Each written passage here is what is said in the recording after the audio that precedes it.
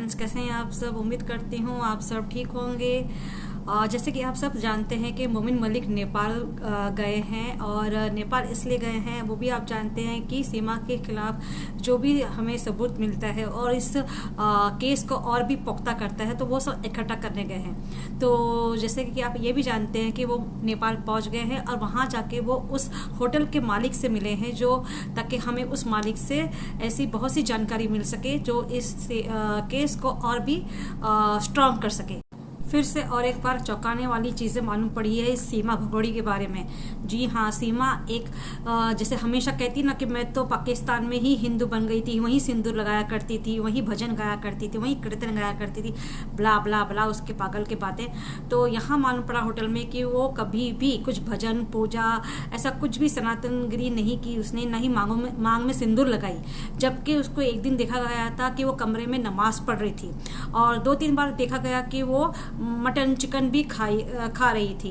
ठीक है, तो ये सब चीज़ें मालूमात पड़ी हैं। तो देखते चलो, आप ही देखिए, अपनी आंखों देखिए सुनिए क्या मोमिन मलिक उस होटल मालिक से सवाल जवाब कर रहे हैं। चलिए देखते हैं, मैं आपके लिए वीडियो प्ले करती हूँ। दोस्तों नमस्कार, सलाम, कैसे आप सभी लोग। और मैं मोमिन मलिक एडवोकेट, गुलाम हैदर का वकील, भारतीय वकील, इस केस की हकीकत को जानने के लिए, इस केस की तह तक पहुंचने के लिए नेपाल काठमांडू मौजूद हूं। और मैं उस होटल में मौजूद हूं जिस होटल में सीमा हैदर जो है वो 10/3/2023 को जो दुबई शारजा के रास्ते होती हुई नेपाल में आई थी और लगभग 7-8 दिन इस होटल में रही थी। और सचिन उससे पहले यहाँ पर आ गया था और यहाँ पर कमरा नंबर 204 में वो लोग रुके थे। और आज मैं उसी होटल में मौजूद हूँ। उस होटल को मैंने देखा है, समझा है, और वहाँ के मालिक साहब से जो भक्त बहादुर खटका जी हैं वो मेरे साथ मौजूद हैं। नमस्कार भाई साहब। नमस्कार। कैसे हैं आप? सब ठीक है सर। अच्छा बहादुर साहब, मैं मोमिन मलिक एडवोकेट हूँ, भारत से आया हूँ, इंडिया से। और जो ये सीमा हैदर है, इसके जो पति हैं पाकिस्तान में, गुलाम हैदर, मैं उनका वकील हूँ। उनके 4 बच्चे लेकर के ये दोबारा आई है 13/5 को दोबारा ये फिर आई है। 2 महीने के बाद 13/5 को ये दोबारा नेपाल के रास्ते आई है। तो दोबारा तो आपके होटल में ये आई नहीं, एक बार ही आई थी। तो ये बच्चे लेके गुलाम हैदर के इलीगल तरीके से भारत में चली गई है। सचिन और ये इलीगल तरीके से, सचिन आगे इसको वो है, तो ये उन बच्चों को लेकर चली गई है।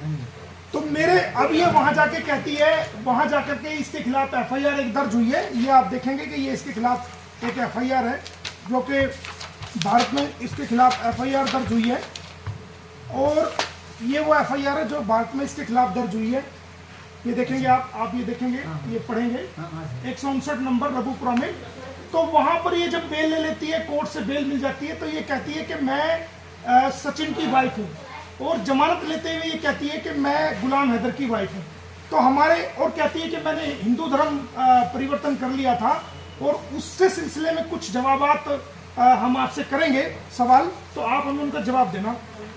हमें ये बताइए सर कि ये आपके होटल में कितने दिन रुकी थी? तो बस 7-8 दिन हुए। अच्छा, 7-8 दिन से 7-8 दिन आपके होटल में ये रुकी थी। हाँ।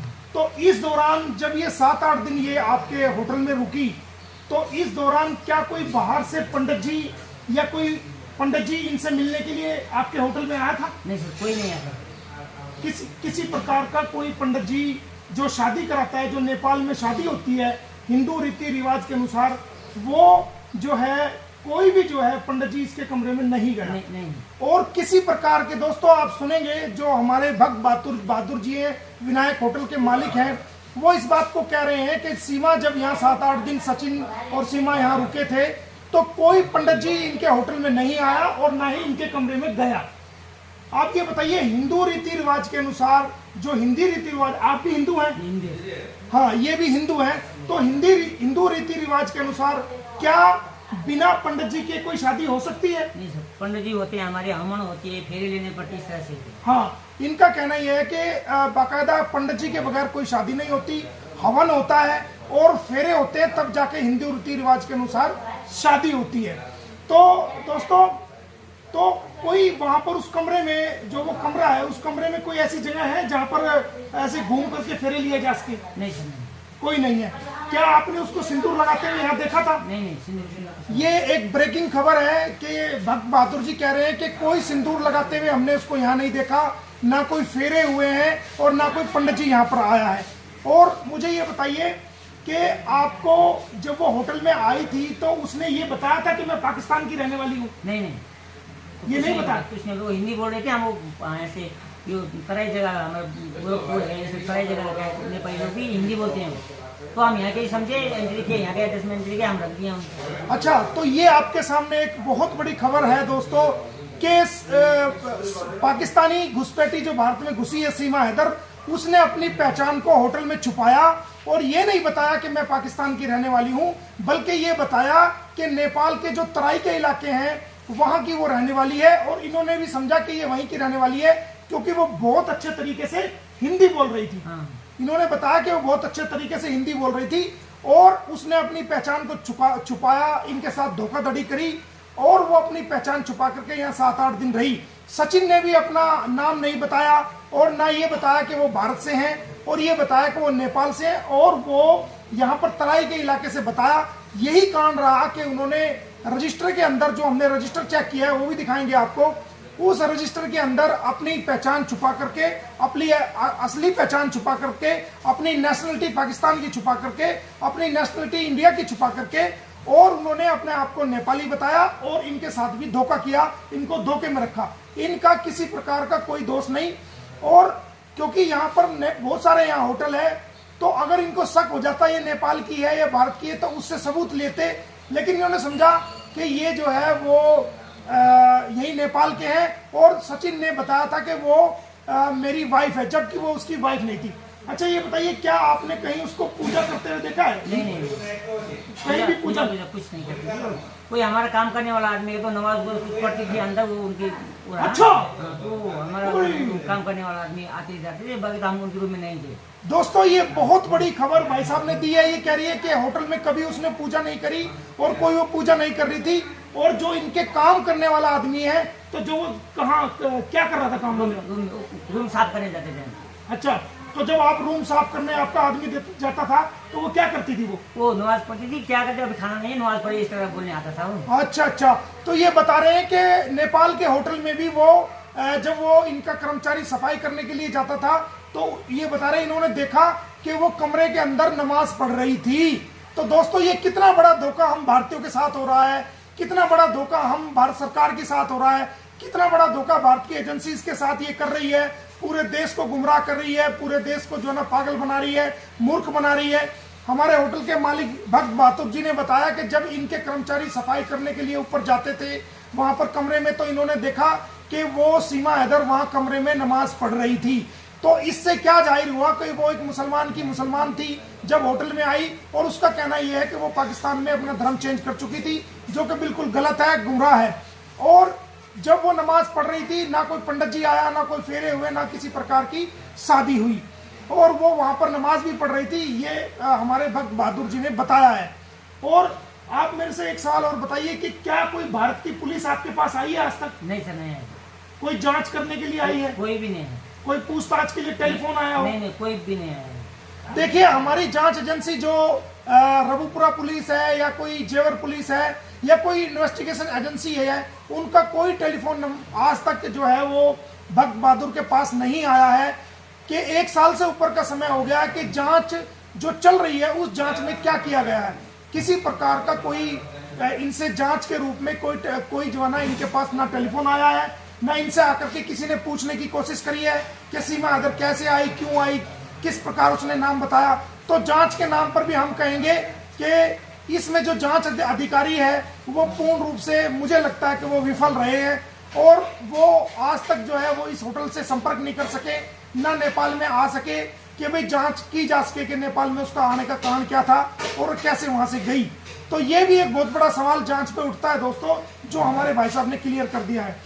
तो दोस्तों, ये सच्चाई जो आज आपके सामने आई है, इसको सुनकर के मैं भी हैरान हूँ और देश की जनता भी हैरान हो जाएंगी। इसके अलावा कुछ और बताना चाहते हो कि वो कैसा महसूस करती थी, कैसे वो होटल में नीचे आती थी या खाना कैसे खाती थी, या क्या वो चिकन वगैरह भी खाती थी, क्या करती थी? हाँ, चिकन को सब खाते थे यहाँ पे। अच्छा। हमारे बच्चों के साथ खेलना फिरना वो करती थी, इसलिए हम लोग ज़्यादा हमने ध्यान ही नहीं दिया उन पे। अच्छा, तो ये एक बहुत बड़ा जवाब भी भाई साहब ने दिया है कि बाकायदा वो जब होटल में रुकी थी, वो होटल में 10/3/2023 को रुकी थी, तो वो चिकन भी खाती थी और वो मटन वगैरह भी खाती थी और वो मांस का सेवन करती थी, जैसा कि हमारे होटल के मालिक भाई साहब ने बताया है। तो उसका झूठ का ढकोसला सब जो है ना सामने आ गया है कि वो कहती है मैं सनातनी बन गई हूँ, मैं चिकन नहीं खाती हूँ, मैं ये नहीं खाती हूँ। तो ये सब भी जो है वो यूज करती थी। अच्छा, आपके यहाँ ये शराब की बोतलें रखी हुई है, तो आपके यहाँ शराब आसाम से मिल जाती है? हाँ, शराब तो आसानी मिल जाता है। अच्छा, तो सचिन शराब की बोतल ने 1-2 शराब की बोतल खरीदी थी उसने? बाहर से कहीं लाया होगा सर, रूम में मिला था उसका, बाहर से कहीं से लाया के यहाँ से खरीदा तो हमें नहीं मिलता। अच्छा, इनका कहना है कि सचिन जो है बाहर से कहीं से, क्योंकि यहाँ अच्छा आम दुकान पे शराब की बोतल मिल जाती है, यहाँ तो किराना की दुकान में भी शराब की बोतल मिलेगी। अच्छा, इनका कहना है कि जो किराने की दुकान है, जो आम दुकान है, वहाँ भी पेप्सी को और कोक की तरह और लिम्का की तरह आम शराब की बोतलें भी वहाँ पर मिल जाती है। इनका कहना यह है कि वो बाहर से खरीद के लाया होगा, इस होटल से उन्होंने नहीं ली, बाहर से शराब की बोतल खरीद के लाया होगा, उनके कमरे में जो है वो शराब की बोतलें भी मिली थी। तो ऐसा कहना ये बोतलें कैसे पता चली आपको जो उसके कमरे में मिली? रूम साफ करने लगा रोज जाते थे। अच्छा, जो रूम साफ करने वाला जो नौकर है, जब वो वहां पर गया इनका, तो उसने देखा तो उसके कमरे में शराब की बोतलें भी थी। तो इससे जाहिर है कि सचिन और जो उन्होंने कहीं ना कहीं जो है शराब का सेवन किया। हाँ, ये बिल्कुल कंफर्म हो गया कि शराब का सेवन भी उन्होंने कमरे में किया है। तो दोस्तों 7-8 दिन वो रही थी। अच्छा, कहीं मंदिर में भी घूमने गई हो? कहीं नहीं गई? नहीं, मंदिर में नहीं जाते थे लोग, वो घूम में रहते थे ज्यादातर। ये बात भी सामने आ गई है, वो कहती है कि मैं पशुपतिनाथ मंदिर में। तो देखा आपने कितनी सच्चाई इसकी भगोड़ी के सामने आई है। अब मोमिन मलिक जब वहाँ नेपाल से जब तक नहीं आएंगे तब तक उनको और भी सच्चाई नहीं मालूम पड़ती और भी उन्हें कई सुराग नहीं मिलते हैं। तो कैसा लगा वीडियो कमेंट्स में ज़रूर बताना, अपनी राय भी जाहिर करना और कहाँ से मेरा वीडियो दिख रहे हैं ये भी ज़रूर बताना। तो वीडियो अच्छा लगा हो तो लाइक शेयर कमेंट ज़रूर करना और चैनल पर नए हैं तो सब्सक्राइब जरूर करना। तब तक के लिए बाय, खुदा हाफिज़, अपना बहुत सा ख्याल रखिए।